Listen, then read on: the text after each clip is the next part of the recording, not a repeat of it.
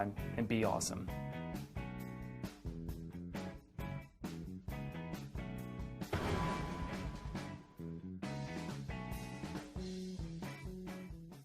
I'm Dr. Jose Favora, and I'm an internist in Arlington, Texas. I'm going to be telling you a little bit of something today about, something we hear all the time as internists. I can't tell you how many times a patient has come up to me and said, well, Doc, my back hurts. Doc, my knees hurt. Doc, my ankle hurts. You get these LOLs and NAD, and every joint hurts from the ravages of osteoporosis, rheumatoid arthritis, or even just simple degeneration. It's the single most common complaint you're gonna hear when you get into practice. Heck, you'll be walking through church or you'll be walking through the mall and somebody say, hey doc, my knee's hurting. Do something for me. Well, in the vernacular we always say, hey, take 2 of these and call me in the morning. But 2 of what? Well, the single most common drug that I prescribe is aspirin, and the second most common drug that I tell people to take is Tylenol. We're going to spend a little bit of time today going through those 2 drugs. We're going to spend a little bit more time talking about non-steroidal anti-inflammatories in general. Now, when you get into practice after being there for about 20 years, you may think, this is all simple stuff. Heck, you may think that right now. I don't need to pay attention to this. Aspirin, Tylenol, my mom's been taking that since, I was this big. Whatever. But what I want to stress to you today is that these are not simple drugs. I want you to understand the biochemical pathways that are involved in prostaglandin synthesis. And I want you to understand by the end of this lecture why these pathways are clinically significant. All right? As my second objective, I want to review the quintessential non-steroidal anti-inflammatory drug, aspirin. The third objective of this lecture is, we're going to spend about 30 seconds or less, probably a little bit more than that, swimming through about 30 other non-steroidal anti-inflammatory drugs that are commonly used. I may touch on a few along the way that are a little more uncommon, but they become important to know. The fourth objective of this lecture, we're going to discuss the newer class of non-steroidal anti-inflammatories, the COX-2 inhibitors. And finally, almost most importantly, we're going to discuss and review the clinical uses and importance of acetaminophen, Tylenol. I want you guys to know that Tylenol didn't pay me to say that, all right? But because I'm an internist, we tend to slip into our clinical vernacular every once in a while. Patients rarely understand acetaminophen, and I may say Tylenol a couple of times. So just a little disclaimer. So let's get inflammatory real quick. What the heck is inflammation? Well, you guys have already discussed a lot of this back in your physiology and back in anatomy and back in cellular biology. So I'm going to give you just the down and dirty simplistic of it, all right? Inflammation is a normal protective response to tissue injury.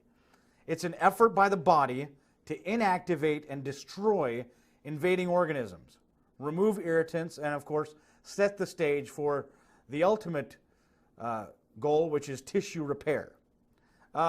Acute inflammatory processes can be pretty normal. They happen all the time. I mean, your body has some inflammation in it right now, and you're just sitting there. Well, but there are also chronic inflammatory processes that can be pathologic. And this is specifically where drugs like these come in handy. Now, the prototypical disease process that you're going to see in all of your textbooks, you're going to hear it in all these lectures, I'm going to probably mention it today 100 times, is rheumatoid arthritis. And the reason we like to pick on rheumatoid arthritis is because at the end of the day, all of these drugs are involved in that disease process, and a few that we're not going to discuss today. A few that will be discussed in a later lecture, specifically disease-modifying agents. Again, that'll be the next lecture. So, let's talk a little bit about how the process works, all right? First of all, there's some sort of a stimulus which occurs that's going to disturb the cell membrane, all right? Now, the cell membrane contains all sorts of doodads and doohickeys that we think about back from biochemistry. Important to this lecture, the cell membrane contains phospholipids. And phospholipase is going to come in there and convert these phospholipids to arachidonic acid. Now, arachidonic acid, that's our big bad boy today. Arachidonic acid acts in two ways, kind of a branch point, if you will. The first branch point is when arachidonic acid is converted by lipoxygenase to leukotrienes. All right? Now, that not as clinically relevant to today's lecture. The second branch point that's actually very important here is cyclooxygenase. And arachidonic acid is converted by the enzyme cyclooxygenase into prostaglandins, thromboxane, and prostacyclin. Why are these all important? Well, we're going to get into that in a few minutes, but I want just to say that prostaglandins and thromboxane cause an alteration in vascular permeability. They cause bronchial constriction. They cause increased secretion. And basically what this does is it allows your body to flood the inflammation site with all the stuff it needs to repair the tissue. So, once again, the cell damage associated with inflammation acts on the cell membranes to cause leukocytes to release lysosomal enzymes. Arachidonic acid is liberated. Lipoxygenase yields leukotrienes, which are powerful chemotactic agents on eosinophils, neutrophils, macrophages. Also, they promote bronchoconstriction and increase vascular permeability. Now, prostaglandins and the cyclooxygenase pathway, that's where we're going to kind of concentrate on for the rest of this lecture. The cyclooxygenase pathway synthesizes prostaglandins, thromboxanes, and prostacyclins. Again, these molecules are also called eicosanoids, which are unsaturated fatty acid derivatives containing about 20 carbons, including a cyclic structure. Now, listen, this is where it starts to get a little hot, so it's time to take the hat off. Let's go. It's time to get busy. Now, the cyclooxygenase pathway, all right? There's two enzymes that are important here. There's COX-1 and COX-2. I want you to remember these. COX-1 and COX-2. COX-1 is important because it's a housekeeping enzyme. It basically regulates normal cellular processes like gastric cytoprotection, vascular homeostasis, platelet aggregation, and kidney function. All right? It's responsible for physiologic production of prostaglandin and other prostanoids. It's homeostatic. I want you to remember that. Homeostatic, all right? COX-2 is a more specific cyclooxygenase. It's expressed in the brain, it's expressed in the kidney, and it's expressed in the bone. It's also increased at other sites at times of inflammation. All right? It has a larger and more flexible substrate channel than the COX-1, and its expression is specifically inhibited by glucocorticoids. All right? COX-2 is different from COX-1. It's not homeostatic. COX-2 is responsible for the elevated production of prostaglandins. All right? Not the physiologic production, the elevated production of these prostaglandins. And therefore, it serves as more of an inflammatory response mediator. Not homeostatic, more of an inflammatory response mediator. All right? This is going to become important later. Let's talk about what prostaglandins do now that we've made them via the cyclooxygenase pathway. Prostaglandins are found in virtually all tissues, and basically their function, and I have to tell you, I'm just a simple internist, so I got to think about things really simplistically. your biochemistry professor may tell you something a little bit different, all right? But prostaglandins fine-tune the inflammatory response depending on the involved tissue, all right? For example, you take prostaglandin called TXA2 or thromboxane alpha 2, all right? From platelets, what it does is it triggers the recruitment of more platelets, leading to clot formation. So we fine-tune that platelet response, and we get more platelets in because of the release of this prostaglandin, all right? The same prostaglandin in some smooth muscles, again, thromboxane alpha 2, induces smooth muscle contraction. So there's a huge variety of responses that these chemicals basically have within the body, all right? Now, you can understand then that if we've got a huge group of, a diverse group of chemicals, we're going to have a diverse group of agents that are going to target these chemicals. And that's where we're going to jump into the nonsteroidal anti-inflammatory drugs. Nonsteroidal anti-inflammatory drugs are a large group of chemically dissimilar agents. We're going to find that their structures are very different. And because their structures are different, they differ in terms of three things. Nonsteroidal anti-inflammatories have an antipyretic effect, so they're going to decrease fever. They have an analgesic effect. They're going to decrease pain, all right? And they have an anti-inflammatory effect. They're going to decrease inflammation, all right? All nonsteroidals work by inhibiting prostaglandin synthesis.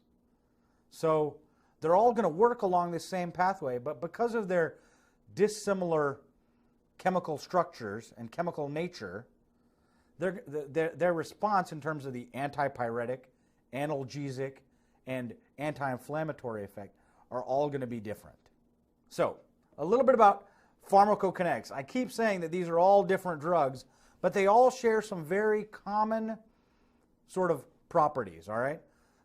In terms of pharmacokinetics, nonsteroidal anti-inflammatories are very well absorbed via the GI tract. We're going to hear about the GI tract a lot today, all right? So, the metabolism of nonsteroidal anti-inflammatories usually proceeds via the cytochrome P450 system. Renal excretion is the single most important route of final elimination. But, there's always a but, isn't there?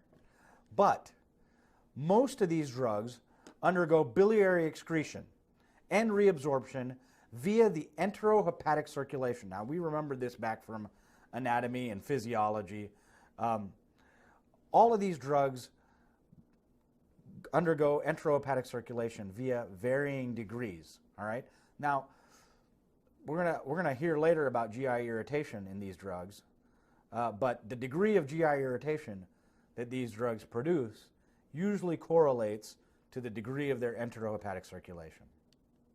Now, most nonsteroidal anti-inflammatories are highly protein bound. We're going to break down these nonsteroidal anti-inflammatories into two groups.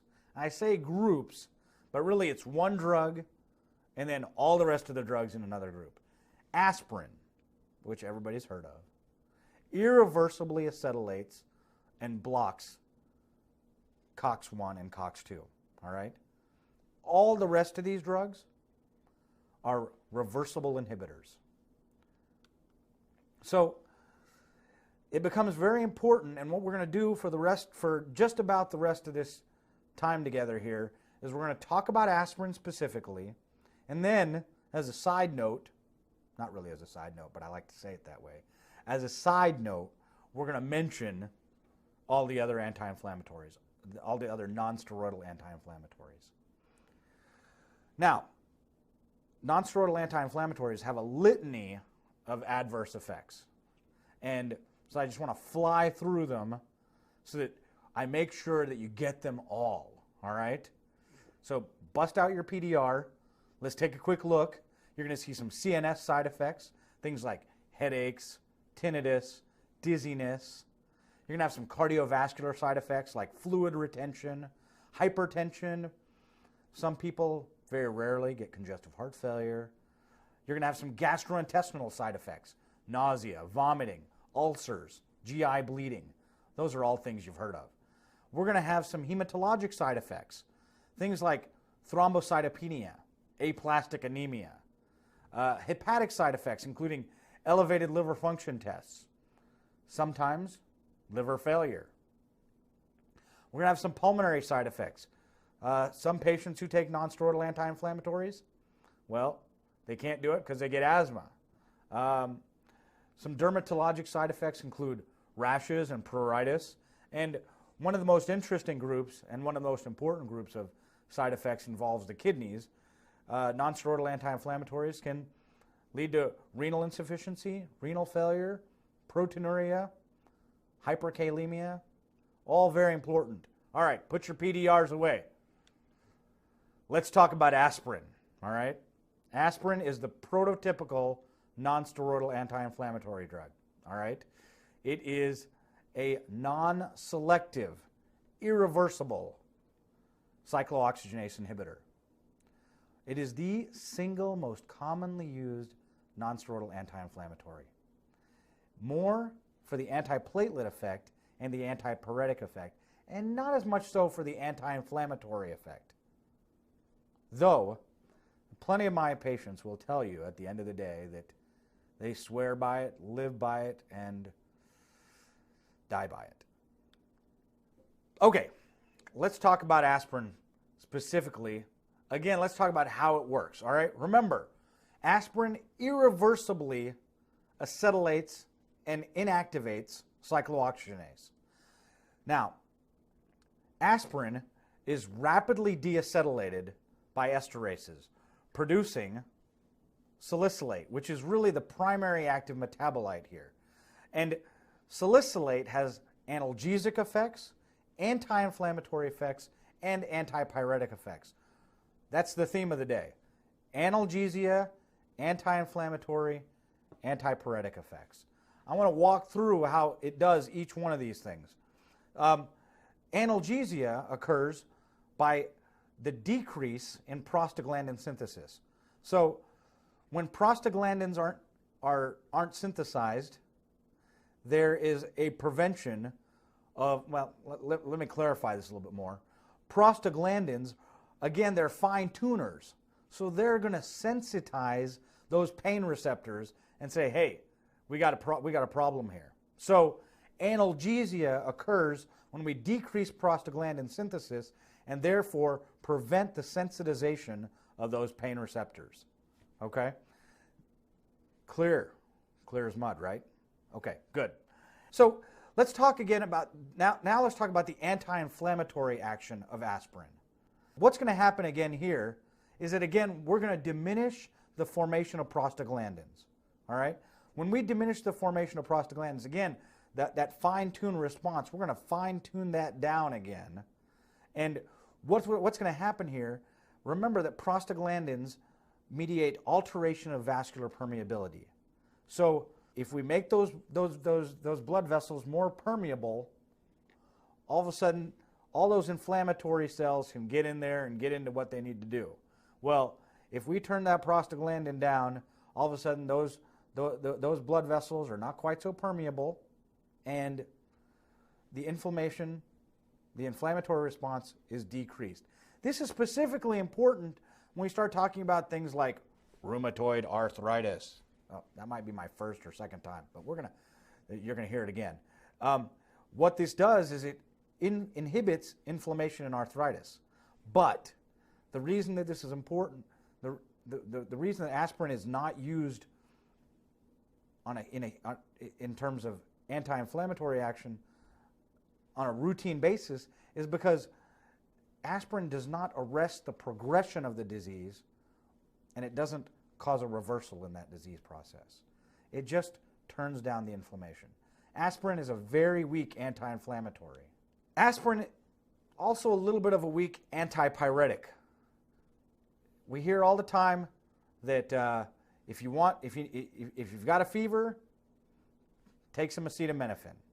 Well, you can take an aspirin, and what does it do? Well, Infection, inflammation, and hypersensitivity basically cause activated white blood cells to release cytokines. Now, this release basically stimulates PGE2 synthesis, another prostaglandin that's playing a different role here, all right? But PGE2, basically what it does is, or one of the things that it does, is it elevates the set point of the anterior hypothalamic thermoregulatory center. Neurology, all right. Salicylates impede PGE2 synthesis. Again, we are blocking that prostaglandin synthesis, all right? And what this does is it resets the thermostat, all right? It leads to peripheral vasodilation, sweating, and dissipation of heat. Basically, you get rid of that fever. Now, I want to take one step back. I know we went over this already, but I want to touch base on it again because it's important. The analgesic effects of aspirin. PGE2 sensitizes nerve endings to the action of bradykinin, histamines, and other chemicals that are released locally by the inflammatory process.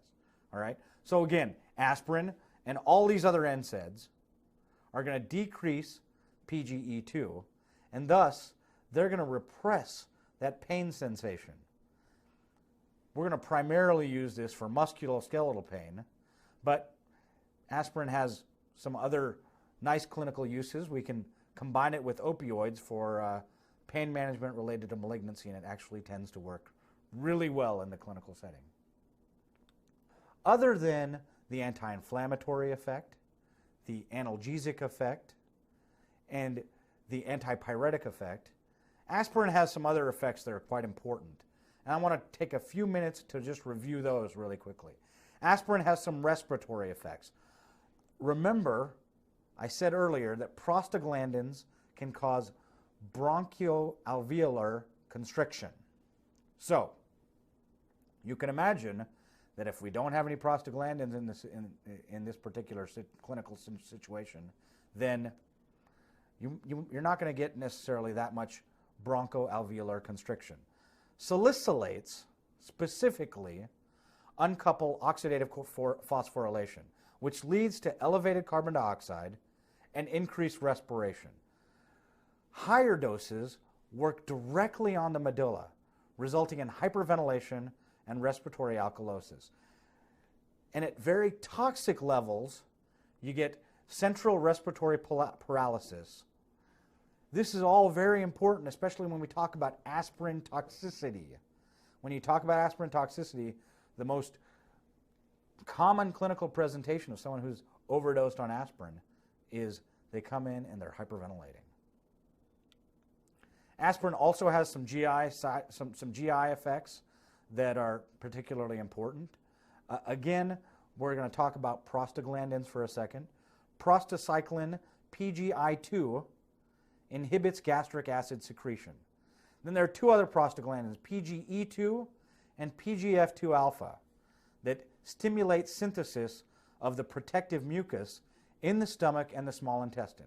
You can imagine now, again, we're going to inhibit the synthesis of these particular molecules. So aspirin and other nonsteroidal anti-inflammatories are going to increase gastric acid secretion, and they're going to decrease the amount of this protective mucus that's in the stomach and the small intestines. So we do that, and basically what we're going to do is we're going to take away the protective layer, and in some of our patients, aspirin and all the rest of these nonsteroidal anti-inflammatories can cause significant epigastric distress, ulceration, hemorrhage, GI bleeding.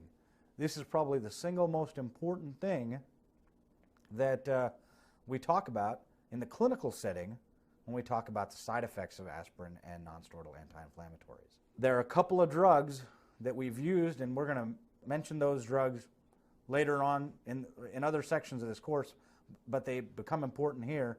Proton pump inhibitors and misoprostol can be used to prevent these gastric and duodenal ulcerations, this bleeding from happening.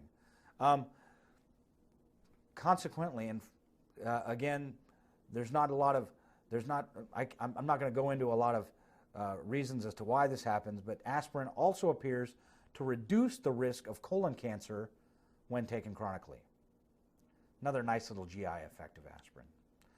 Now, I mentioned the GI effects, and I've mentioned the respiratory effects of aspirin. I want you to really kind of clamp down here. I know some of you guys are falling asleep back there, so I want you to really kind of concentrate here. If you need to take a break, but aspirin, the single most important clinical use that we have nowadays is in terms of aspirin's platelet effects. All right? Now, thromboxane, TXA2, enhances platelet aggregation. And the prostaglandin PGI2 decreases platelet aggregation. So, what do you think happens with platelets? We're going to kind of put this together and spin this around for a second. Aspirin irreversibly inhibits TXA2 production in platelets, thromboxane A2. Platelets, they don't have nuclei, so they can't necessarily make new cyclooxygenase. So, if all of a sudden you take away all of this thromboxane, platelets don't aggregate. And they can't, they don't aggregate, their aggregation is inhibited basically for the duration of their life, which is somewhere around 3 to 7 days. Now, aspirin doesn't always just act directly on platelets. It obviously goes all over the body. So aspirin also inhibits PGI2. PGI2 is actually found in endothelial cells. So endothelial cells, they're full-fledged cells. They can make new cyclooxygenase. So PGI2 can still be released and decrease platelet aggregation. So we've hit the platelets. You're looking at me like I'm crazy. It's okay.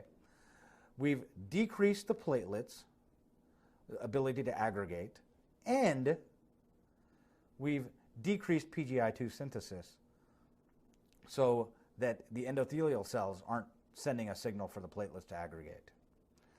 This is a very important effect when we start talking about aspirin's clinical uses. I want you to remember that. Some of you all that were asleep back there can go back to sleep now. We're going to go on, and I want to just talk about a few more effects, and then we're going to talk about the clinical uses of aspirin. Aspirin also has some important effects on the kidneys. PGE2 and PGI2 are responsible for maintaining renal blood flow. And of course, these cyclooxygenase inhibitors, aspirin and all the other non-steroidal anti-inflammatories, are basically going to decrease their production. Now, decreased synthesis of these prostaglandins can result in sodium and water retention and may cause edema and some hyperkalemia. We talked about that a little bit earlier when you were reading your PDR. Now, I've mentioned that. We're going to move on for a minute because I know you guys are all exhausted. Now let's pause for a moment and review the material that was just covered. Before we do that, if you haven't already done so, this might be a good time to read your pharmacology text that corresponds to the material that was just discussed.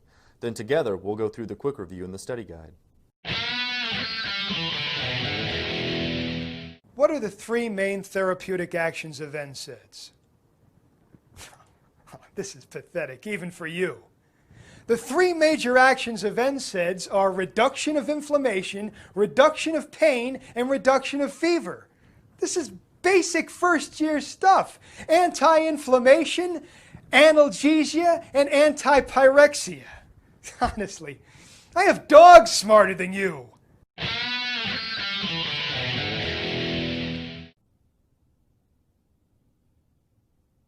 Hi, I'm Dr. Chris Lewis, one of the chief educators here at Doctors in Training. It's time for your quick review number 1. Let's get started. What are the two major pathways in the synthesis of the eicosanoids from arachidonic acid? So things that are producing our prostaglandins and all those great things? Well, we use our cyclooxygenase pathway and our lipoxygenase pathway. And we talked a lot about the cyclooxygenase pathway in this lecture. Good segue to our next question. Describe the roles of COX-1 and COX-2, which are important enzymes in the cyclooxygenase pathway. So COX-1 is responsible for the physiologic production of prostaglandins, thromboxanes, and prostacyclins. And I like to think of this as the baseline level of prostaglandins. So COX-1 is there to sort of maintain what should be going on at all times outside the realm of any major inflammation. Now COX-2, conversely, causes the elevated production of prostaglandins, thromboxanes, and prostacyclins that occur in sites of disease and inflammation. So they're the guys on the scene.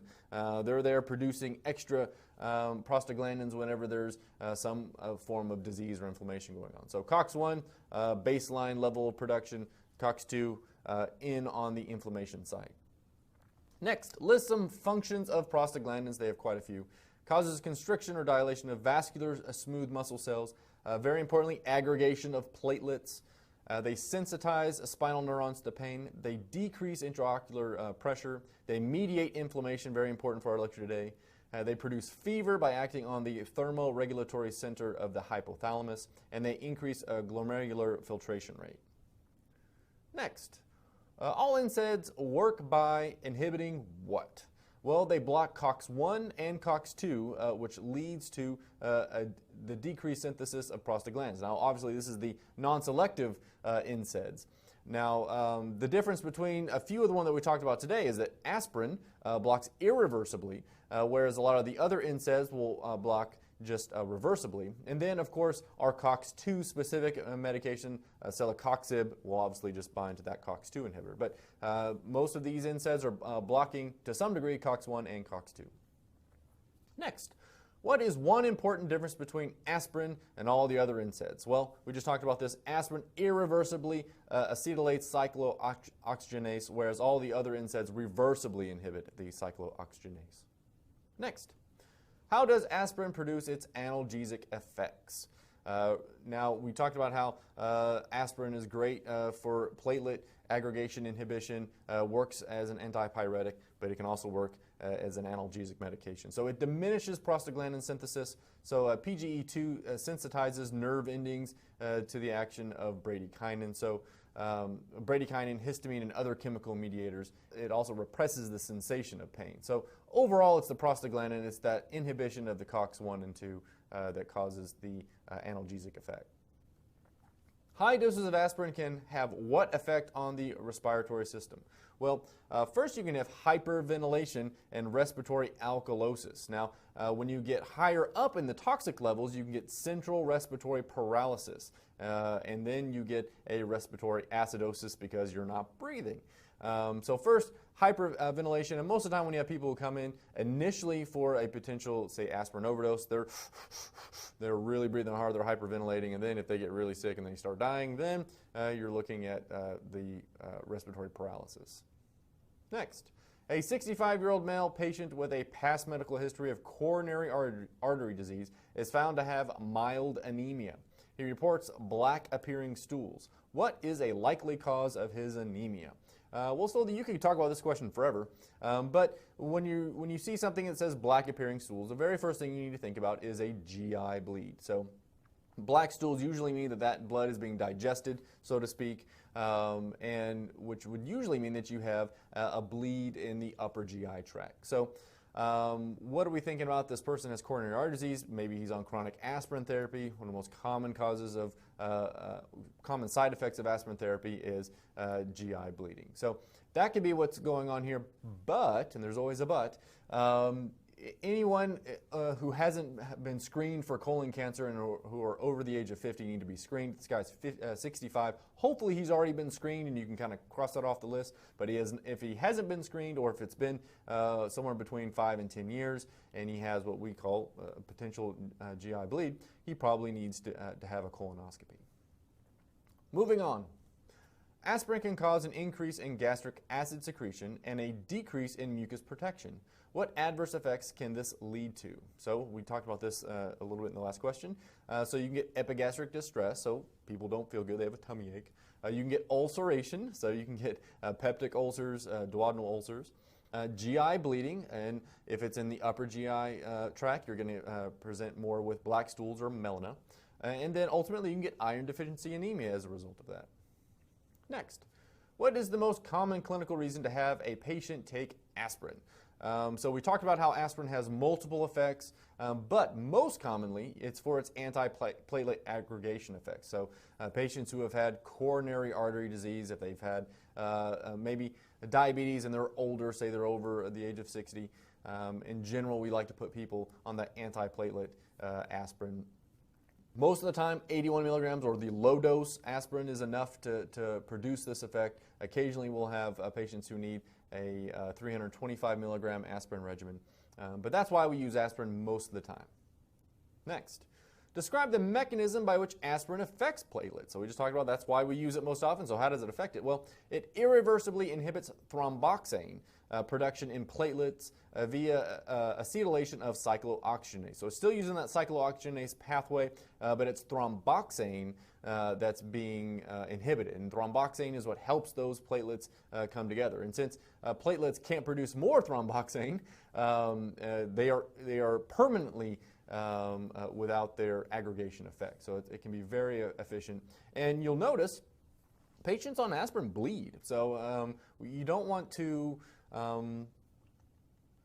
think that aspirin is just, oh, you know, it's a cute little drug and it causes a little bit of anticoagulation. But people with just good old-fashioned aspirin can bleed quite a bit. So don't take that too lightly.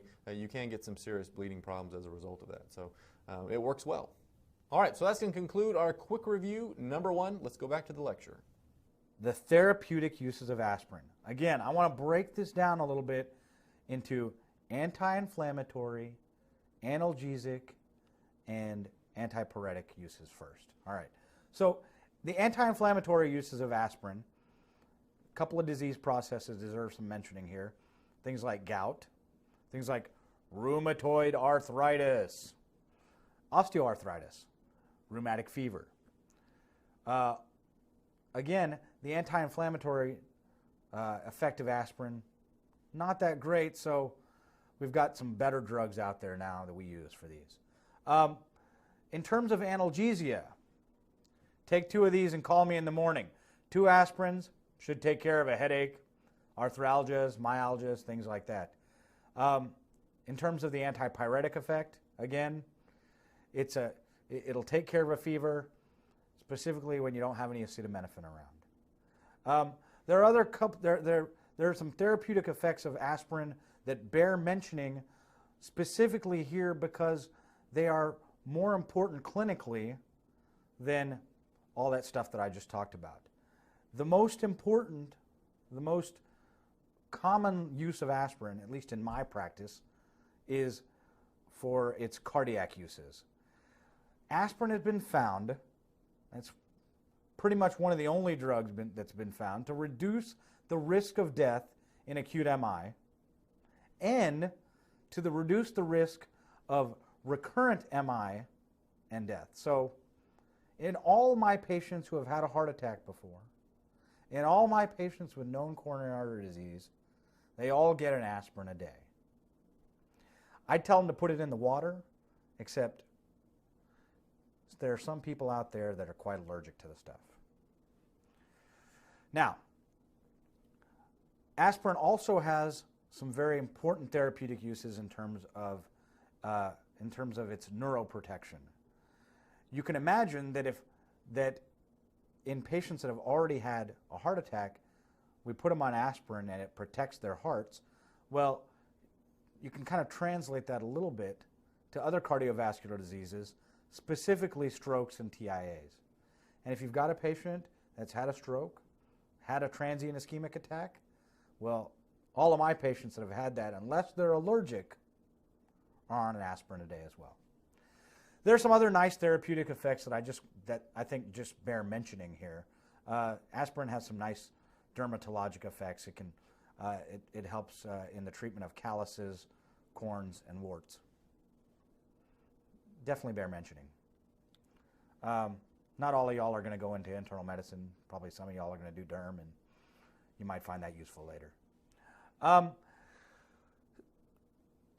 that we've kind of talked about some of the basics, and wow, that seems like a lot of basics, right, for a drug that's so commonly used, I want to take a few minutes and talk about the pharmacokinetics of aspirin. Aspirin is very well absorbed orally. You can give it rectally, but absorption is kind of unreliable. It can be useful at times, but again, pretty rare. Salicylates can be absorbed specifically through intact skin. So also very useful topically for all you dermatologists out there. Aspirin also has a good analgesic and antiplatelet effect at very low doses. All the cardiologists argue 81 versus 325 milligrams. You could probably be safe anywhere in that range. A baby aspirin, good enough for most of my patients. Aspirin only has an anti-inflammatory effect at very high doses. So again, aspirin, not as good at the anti-inflammatory stuff, but very good at analgesia, and definitely most often used for its antiplatelet effect. Aspirin does have some adverse effects that again bear mentioning, so break out the PDR. Let's fly through them again. They're the GI side effects, and now you know why. Aspirin causes nausea, vomiting. It can cause acid reflux, ulcers, and bearing mentioning here is the fact that aspirin is associated with microscopic GI bleeding in just about anybody who takes it. Also bearing mentioning here in terms of adverse effects are the hematologic effects. Again, prolonged bleeding time. It's a very important in the clinical setting to tell your patients if they're about to have surgery that they need to hold aspirin for 3, 4, 5 days. Remember that platelets, that aspirin lasts in platelets for 3 to 7 days. So, very important to hold aspirin before surgery. We talked about the respiratory effects of aspirin. Respiratory acidosis, respiratory depression, hyperventilation in the toxic phase. We talked about metabolic processes. Aspirin not only has an antipyretic effect, but because it kind of messes with that set point a little bit, it can cause hyperthermia in some patients.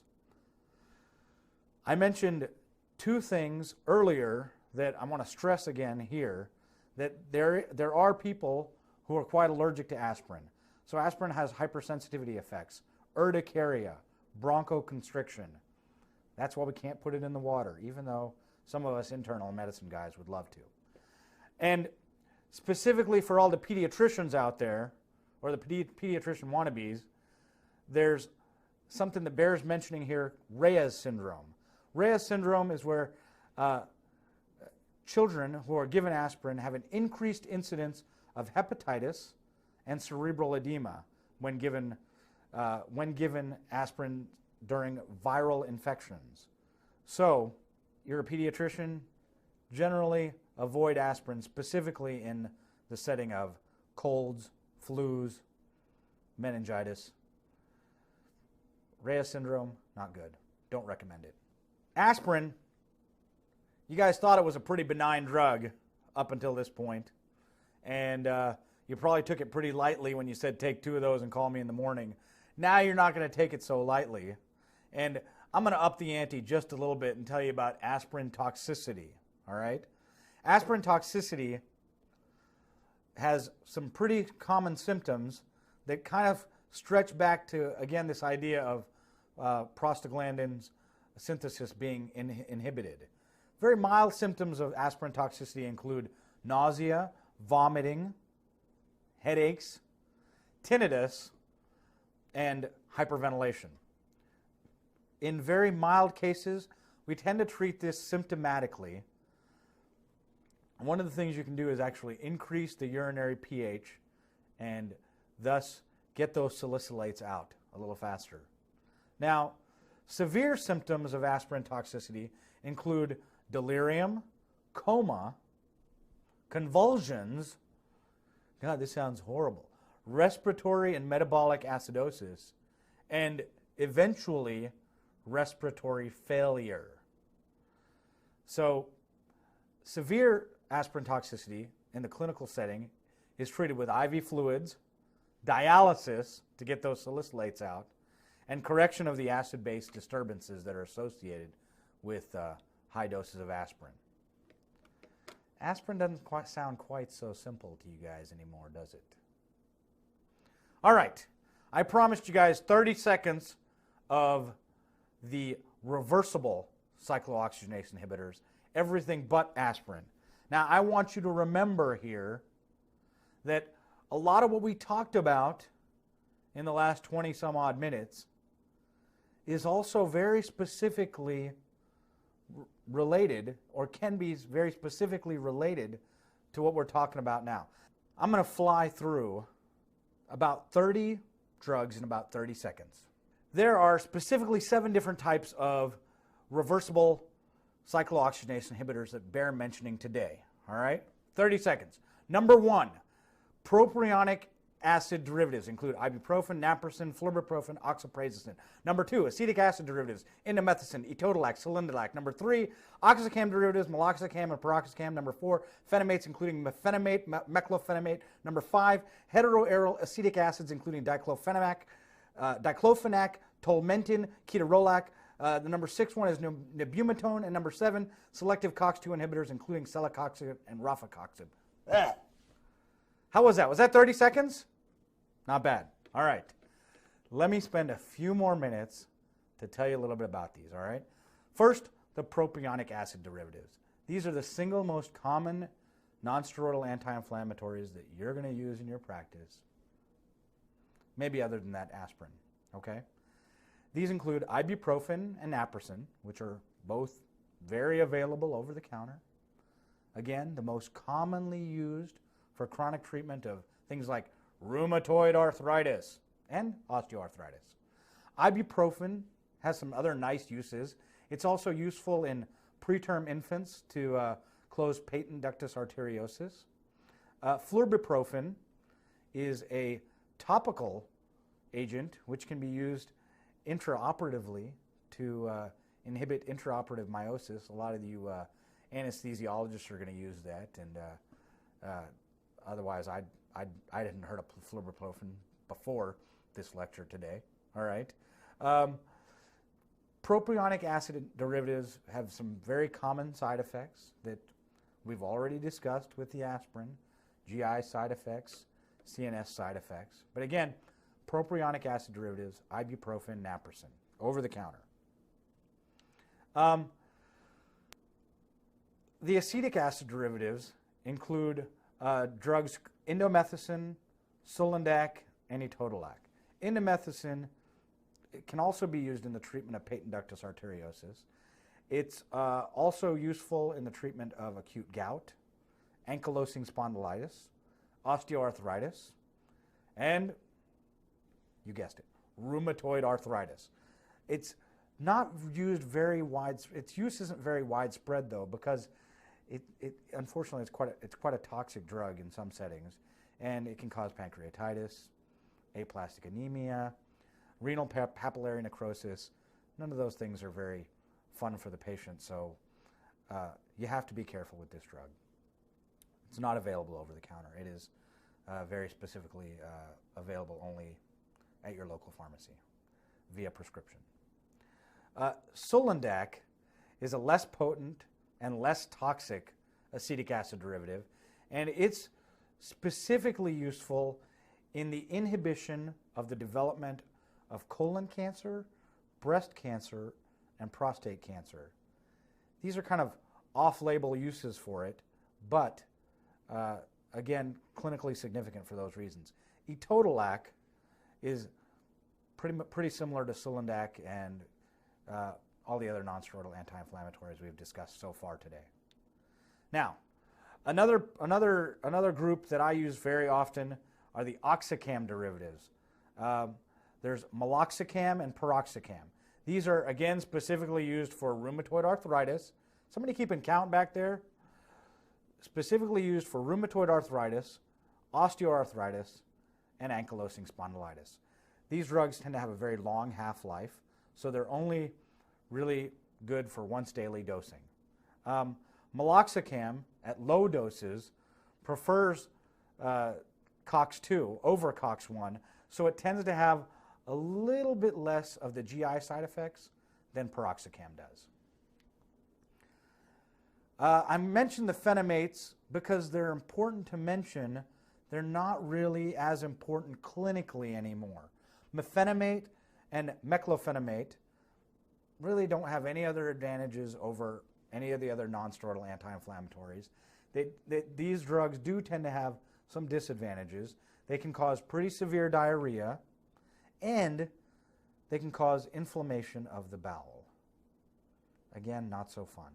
Hemolytic anemia also has been reported, so these drugs really not very clinically useful anymore.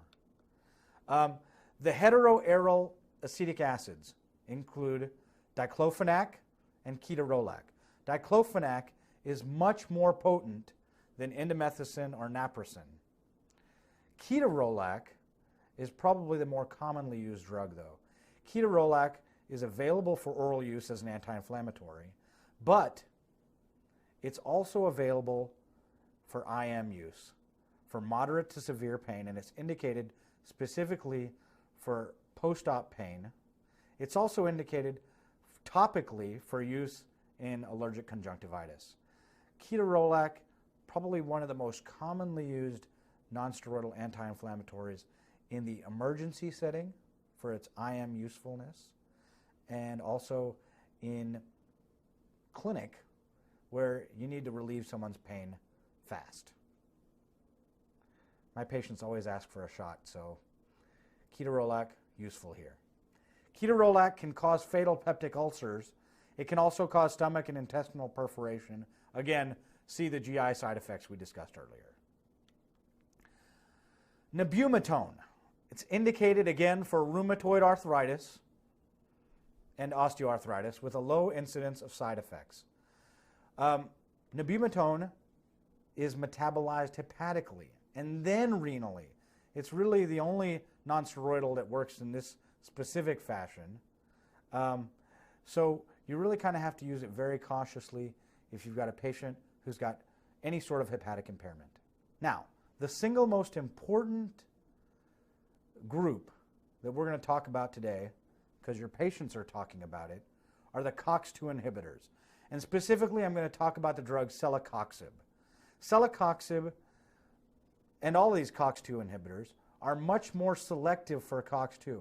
Now, there is some cross-reactivity with COX-1, but again, these drugs are much more selective for COX-2, and they're reversible. They're specifically indicated and approved in the treatment of rheumatoid arthritis, pain, and osteoarthritis. These drugs are associated with a lot less GI bleeding and dyspepsia, again, unless they're used concomitantly with aspirin.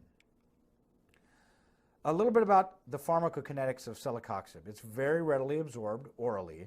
It's got a half-life of about 11 hours, and it's metabolized in the liver via the cytochrome P450 system and then excreted in the feces and the urine. Celecoxib does have some adverse effects. It again can cause the headache, the dyspepsia. It can cause diarrhea. It's contraindicated in patients with sulfonamide allergy, and really it should be avoided in patients with severe heart disease, in patients with hepatic failure, and in patients with chronic renal insufficiency.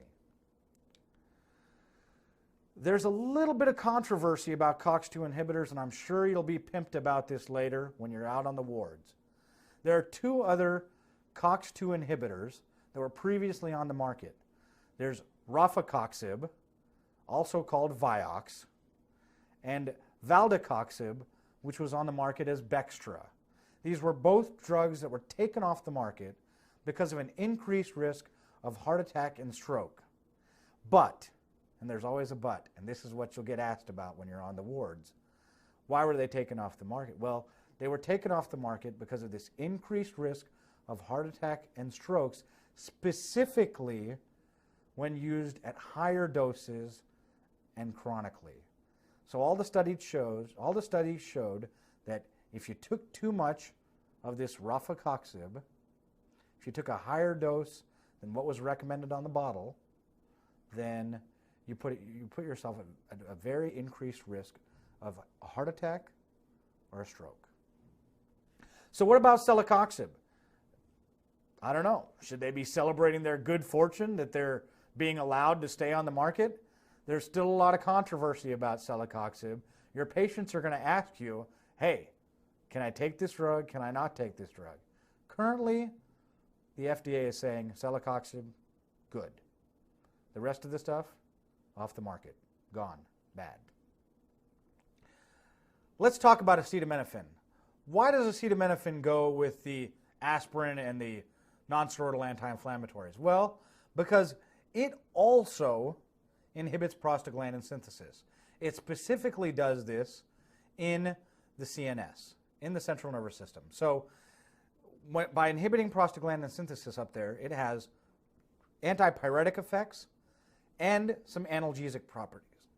Now, it also has a very mild effect on cyclooxygenase, thereby creating a very negligible anti-inflammatory effect. So, acetaminophen, antipyretic effect, analgesic effect, negligible anti-inflammatory effect. Really doesn't affect platelet function, doesn't affect blood clotting times as well. Acetaminophen has a lot of therapeutic uses. A lot of my patients take it just to take it. Doc, I took some Tylenol. I got better. Hear that all the time. But specifically here, acetaminophen is useful in mild to moderate pain, such as headaches and myalgia. It's also specifically clinically useful for its antipyretic effect in patients with a fever. All right? It's preferable to aspirin and nonsteroidal anti-inflammatories in patients with an aspirin allergy. It's also preferred in children with a fever. Again, that whole Reyes syndrome thing. Fever, viral infections, maybe the chicken pox. Don't want to give aspirin to kids, so it's preferred over aspirin in this setting. It's also useful in patients with gout, specifically patients with gout that are treated with probenecid. A little bit about the pharmacokinetics of acetaminophen. Acetaminophen is rapidly absorbed in the GI tract. It has a significant first-pass metabolism in the intestine and the hepatocytes. Now, portions of acetaminophen are basically hydroxylated to form N-acetyl-benzoiminoquinone. Say that 6 times. Supercalifragilisticexpialidocious. At normal doses, this N-acetyl-benzoiminoquinone reacts with hepatic glutathione to form a non-toxic metabolite. All right? Acetaminophen and its metabolites are secreted in the urine. Now, acetaminophen, again, being so widely used, you would think, no adverse effects, it's over the counter. Most of your patients will tell you it's the safest drug on the planet, and sometimes they'd rather have it than they'd have water. In fact, I think you can find acetaminophen in more places in the world than you can find water, specifically. But acetaminophen has some significant adverse effects that bear understanding. With larger doses, remember we mentioned the hepatic glutathione, the available hepatic glutathione is depleted, and the N-acetyl supercalifragilisticexpialidocious, the N-acetyl-benzoiminoquinone reacts with hepatic proteins and can result in central lobular hepatic necrosis. Tylenol acetaminophen causing hepatic failure and death. So there are some symptoms that you will hear about before you hear about the hepatic failure. So, some mild symptoms of acetaminophen toxicity include elevated liver function test. Now, that's not necessarily a symptom. I know, I'm a little bit smarter than that. But you will see it when these patients come in with nausea, vomiting, diarrhea, and abdominal pain.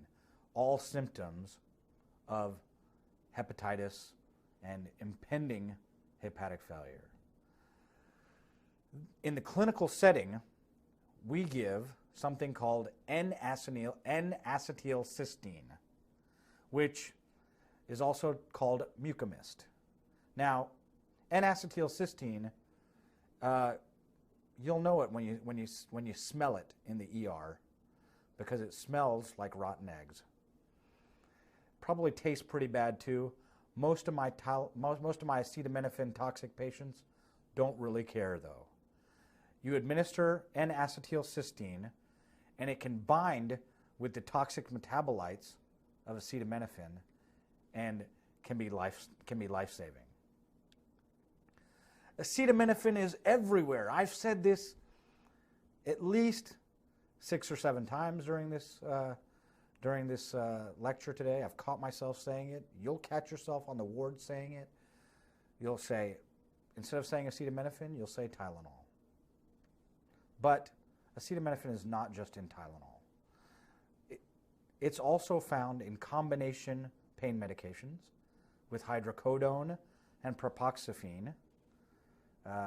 It's also found in a bunch of different over-the-counter formulations for cough, cold, and analgesics. So you've really got to make sure that you take a good medication history just to see exactly how much acetaminophen your patients are receiving. Now, if you have some patients that are from the other side of the pond, the other side of the world, they don't necessarily call acetaminophen over there. They also call it paracetamol. And the most commonly prescribed drug for analgesia in the world is not Tylenol, in terms of brand names. It's actually Panadol, which is not available here in the United States. So, again, it becomes specifically important to take that really good medication history, because too much acetaminophen, too much paracetamol can lead to hepatic failure, central lobular hepatic necrosis, and death very quickly. How much is too much? Well, on the wards, it'll be somewhere around 3.5 to 4 grams. That's the toxic dose. Very important to remember, especially when you're in the emergency room or when you're doing your psychiatry rotations. Now let's pause for a moment and review the material that was just covered. Before we do that, if you haven't already done so, this might be a good time to read your pharmacology text that corresponds to the material that was just discussed. Then together, we'll go through the quick review in the study guide.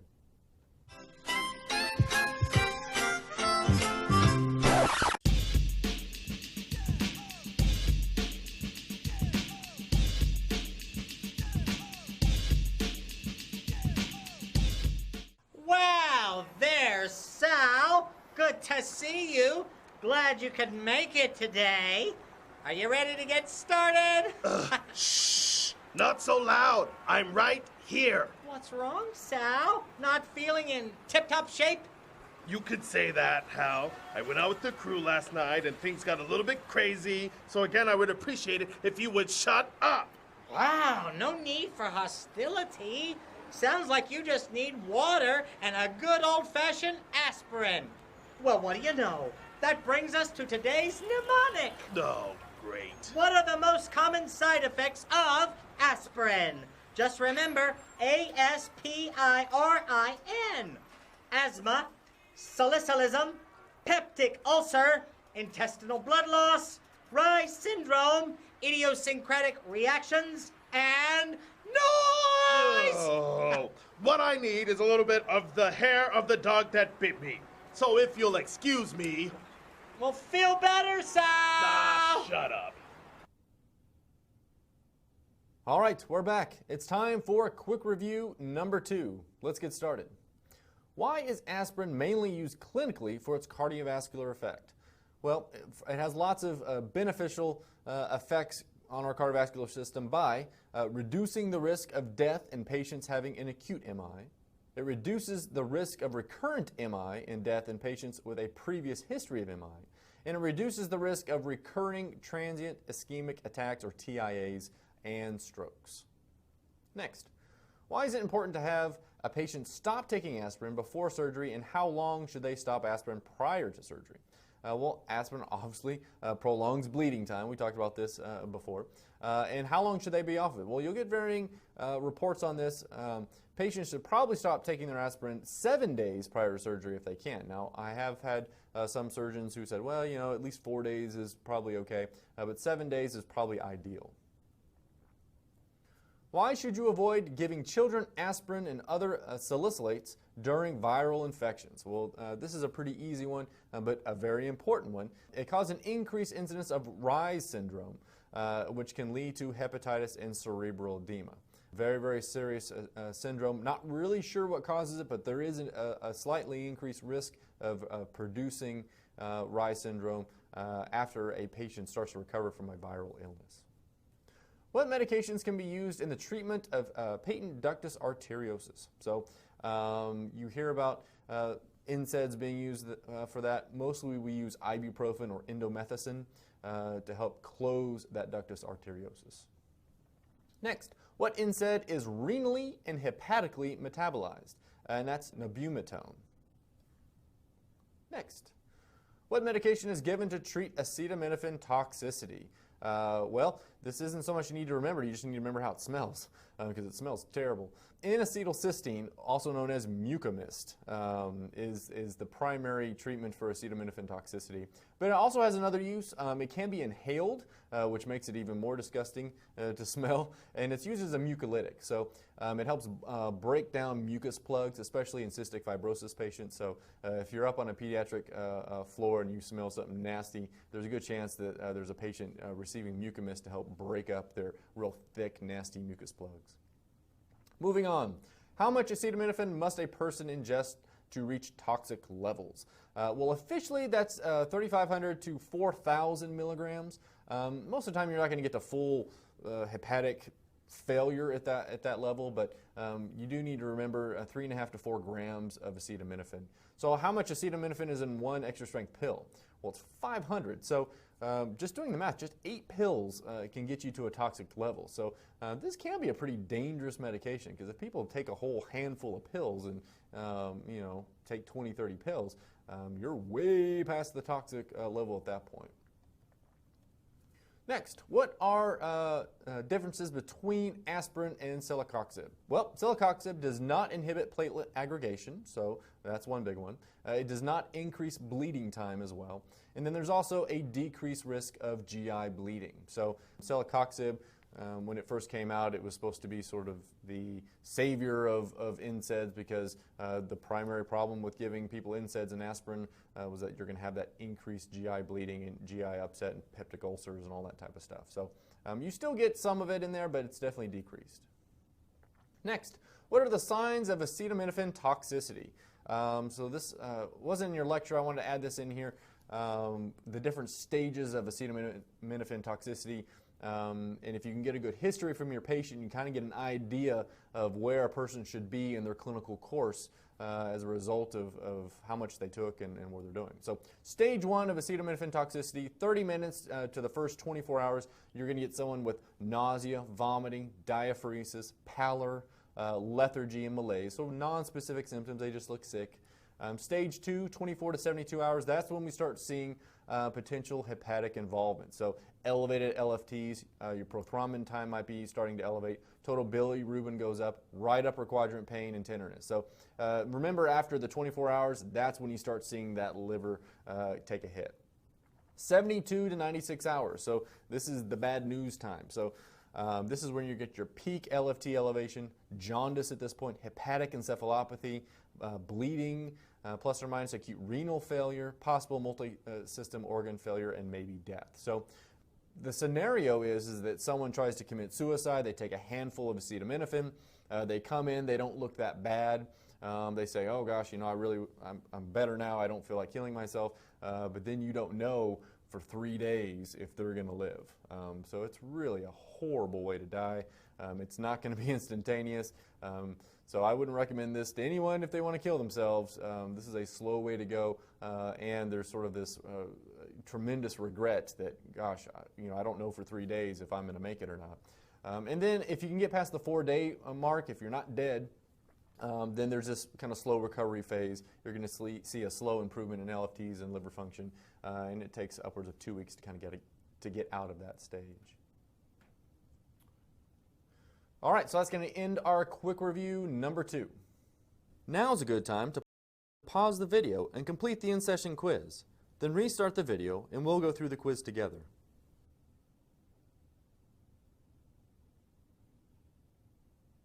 All right, we're almost to the end. We're at the end of session quiz. Let's get going.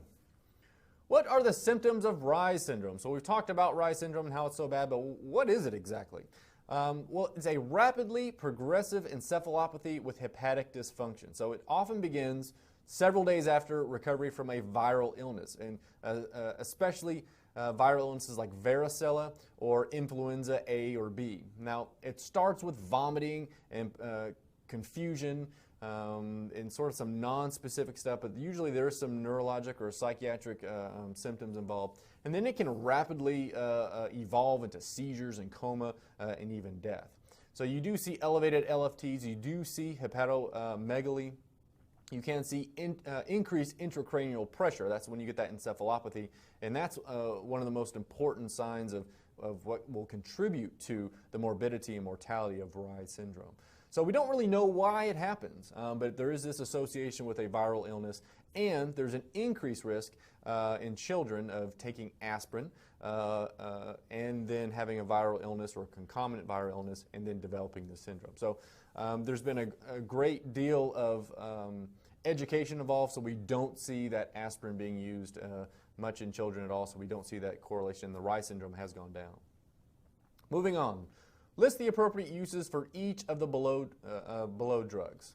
So you're going to be choosing antiplatelet, antipyretic, analgesic, or anti-inflammatory. So acetaminophen, analgesic, antipyretic. You're not going to see a lot of anti-inflammatory with acetaminophen. Ibuprofen has just about everything: analgesic, anti-inflammatory, antipyretic. Low-dose aspirin, you're only going to see the antiplatelet effect. Medium-dose aspirin, you can see some analgesic and some antipyretic. You're still going to get antiplatelet. So when you get to high-dose aspirin, you're finally going to see your anti-inflammatory effects. You're still going to see antiplatelet, antipyretic. All right, moving on. Explain the N-acetylcysteine antidote mechanism. So patients taking too much Tylenol, you can use N-acetylcysteine to help prevent major problems. So let's talk about it. When Tylenol is taken in large quantities, a minor metabolite called N-acetylbenzoaminoquinine, or NAPQI, which I'll use from now on because that's a mouthful, will accumulate within the body. Now, it's normally conjugated by glutathione, but when you take a whole bunch of Tylenol, the body's glutathione reserve is not sufficient to inactivate the toxic NAPQI. So you get this toxic metabolite. It's going after your hepatic enzymes, and therefore it's damaging hepatocytes. So this is why eventually you get to the severe liver damage and even death by that fulminant liver failure. N-acetylcysteine will act to augment the glutathione reserves in the body, and together with glutathione, it'll directly bind to the toxic metabolites, and then this will serve to protect the hepatocytes and the liver from that NAPQI toxicity. Moving on. How does acetaminophen decrease febrile temperatures? So again, this is a prostaglandin inhibition, but it's in the central nervous system that it's producing its effects. Next, name the mechanism of action of the below.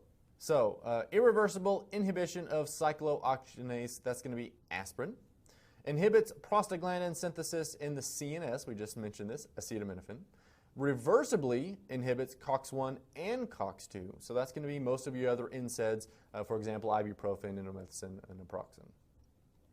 Next, What are the adverse effects associated with ketorolac?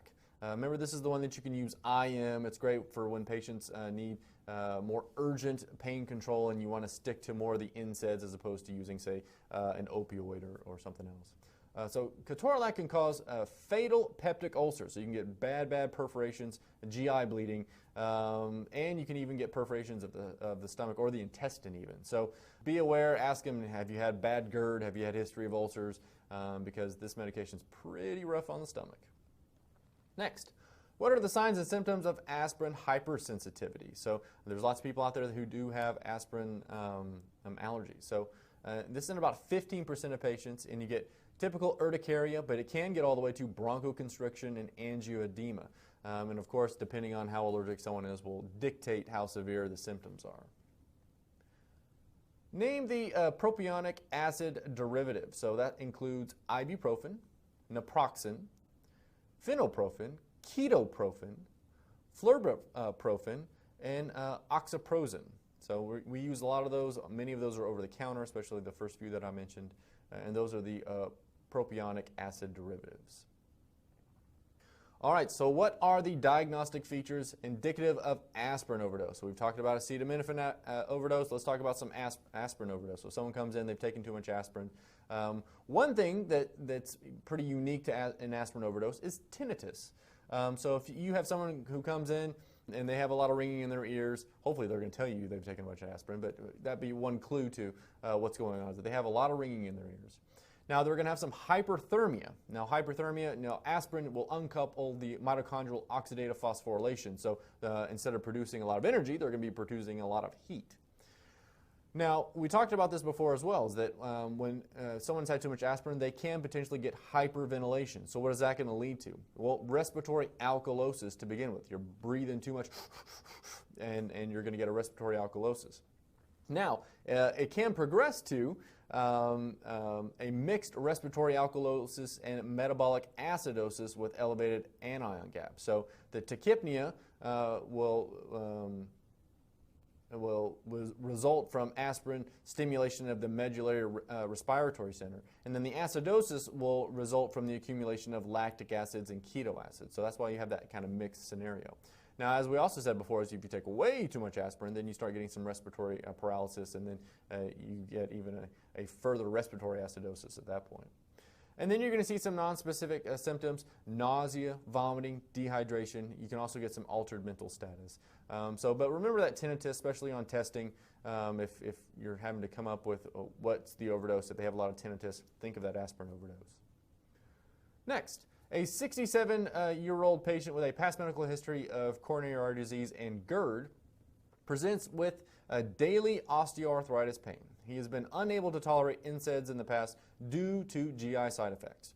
He is requesting celecoxib because he heard it had less GI side effects.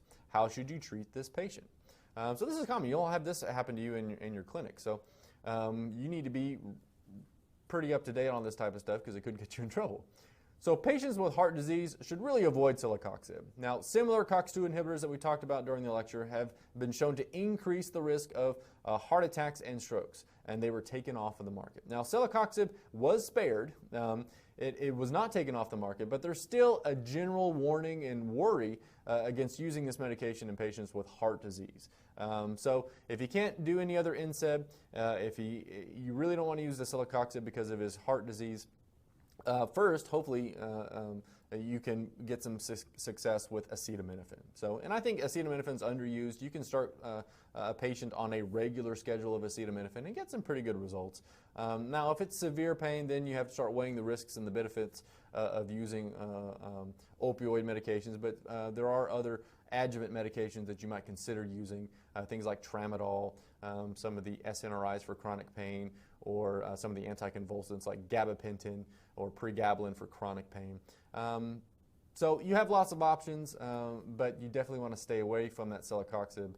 It could potentially, I don't think the verdict is completely in on celecoxib and whether or not it has any other cardiovascular effects as well. All right, so that's going to be the end of our end of session quiz. Hope you learned a little something today. Good luck studying, and that's the end of our lecture.